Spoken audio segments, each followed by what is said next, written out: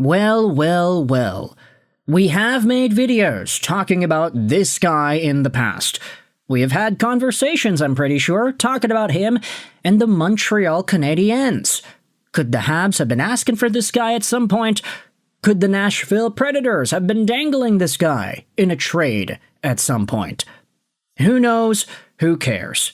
But today, we are asking a very simple question as to whether or not this idea could actually be revisited. Today, we're talking about Nashville Predators center Ryan O'Reilly, and a trade idea, a trade package, a proposal that was put on there on social media, sending him over to Montreal. Ryan O'Reilly is 34 years old, 6'1", 216, a left-handed center. Of course, we know the Canadiens need centers. They need a second-line center, and O'Reilly's a pretty good one. He signed on till the end of 2026-2027, so he's got 2 seasons left at $4.5 million of a cap hit. He's been making this amount of money ever since 23-24. Pretty reasonable dollar amount for the production he provides. This previous year, he had 53 points in 79 games played. He had 69 points in 82 games the year before that. Ryan O'Reilly at one point was making $7.5 million a year from 2016-17 all the way to 2022-2023. He ended up winning a Stanley Cup in that span, so yeah, pretty good for him. 23 points in 26 games in 2018-19's playoff run, and he won the Conn Smythe as well. Ryan O'Reilly was one of the best hockey players in the world 6 years ago, and even as of these previous years, he has still gone out there and produced at 50-plus points per year. The 69-point campaign in 82 games with Nashville in 23-24 really stood out as a highlight because obviously Nashville wasn't really expected to be as good as they were, and then they actually did do well, and they made the playoffs, and they lost in the first round to Vancouver.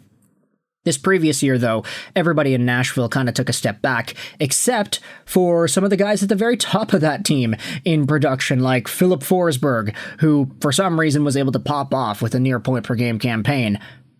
But the Predators didn't really have themselves the best showcase, and now you're thinking about Ryan O'Reilly as a potential guy on the move. This is where we head over onto Heavy.com, because this article published by Cole Shelton a few weeks ago goes out there and proposes a hypothetical trade idea which would add Ryan O'Reilly to replace Kirby Dach. The article's title does its part to lead the reader on and, of course, get the clickbaits going. I'm a master of that. I know it when I see it.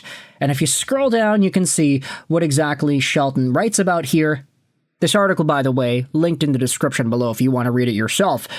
The Montreal Canadiens have a clear need to add another center, especially with the latest news around Kirby Dach.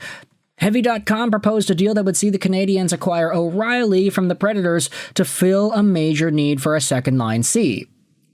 Take a look at this. The Habs would acquire Ryan O'Reilly, and the Predators would acquire Owen Beck, Jayden Struble, and a 2026 second-round pick. This is a pretty reasonable deal when you're looking at it from the Montreal Canadiens' point of view. Hey, Owen Beck is one of a few prospects that projects well into the next few years and that could be an NHL name. However, Ryan O'Reilly is probably better right now than Owen Beck ever will be if you wanted to go down that path.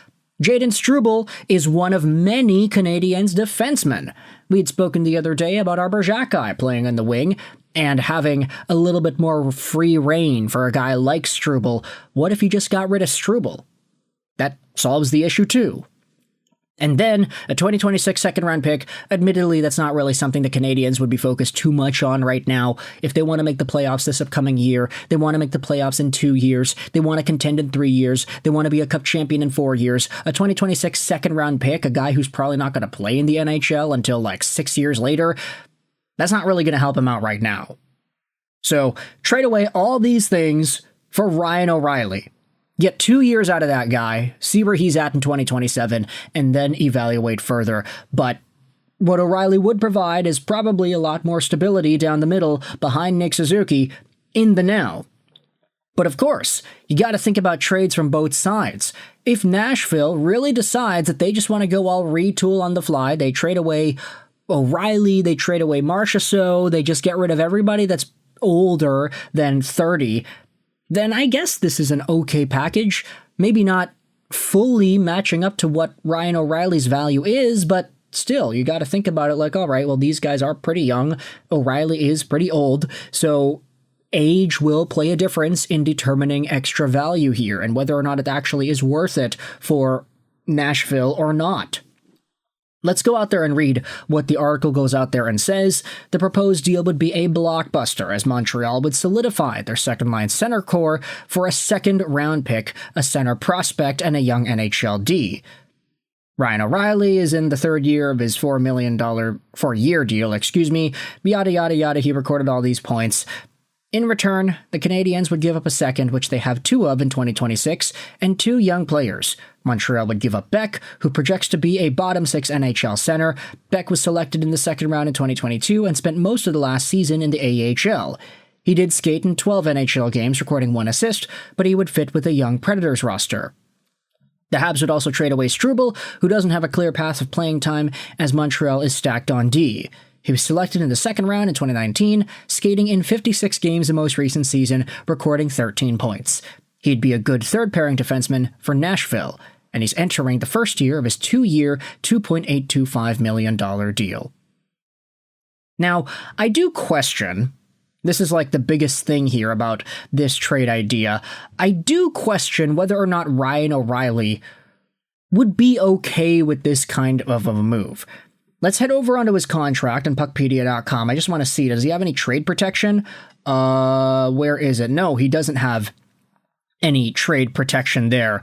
But the interesting part about Ryan O'Reilly is that it's already been well documented that his time with the Toronto Maple Leafs a few years ago wasn't really all too great.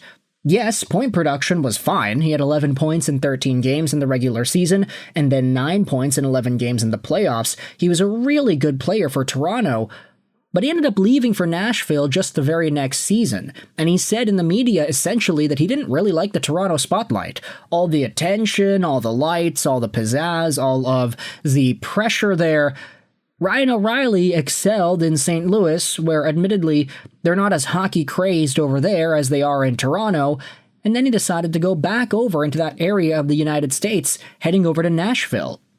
So Ryan O'Reilly seems like he really does prefer that calmer, not super hockey-crazed market attention that he got in, let's say, Colorado, St. Louis, Nashville, these middle American states over there. I'm not sure if he would be interested in going over to Montreal, where all that attention would suddenly be back in his face. He didn't like it in Toronto, and he only played, 24 games with the Maple Leafs? That was enough for him to go yeah, sorry, I don't like this. Peace out, I don't want to be here, guys, sorry. So, for Montreal, I feel like there would be some sort of a similar sentiment, but of course, I can also understand that Leafs fans are hard on their team because the Leafs have been disappointing. Montreal fans are more so excited for their team because they've been kind of bad the past little while, and they're finally starting to be good. There's more optimism with Montreal, rather than desperate pessimism and expectations like you have in Toronto.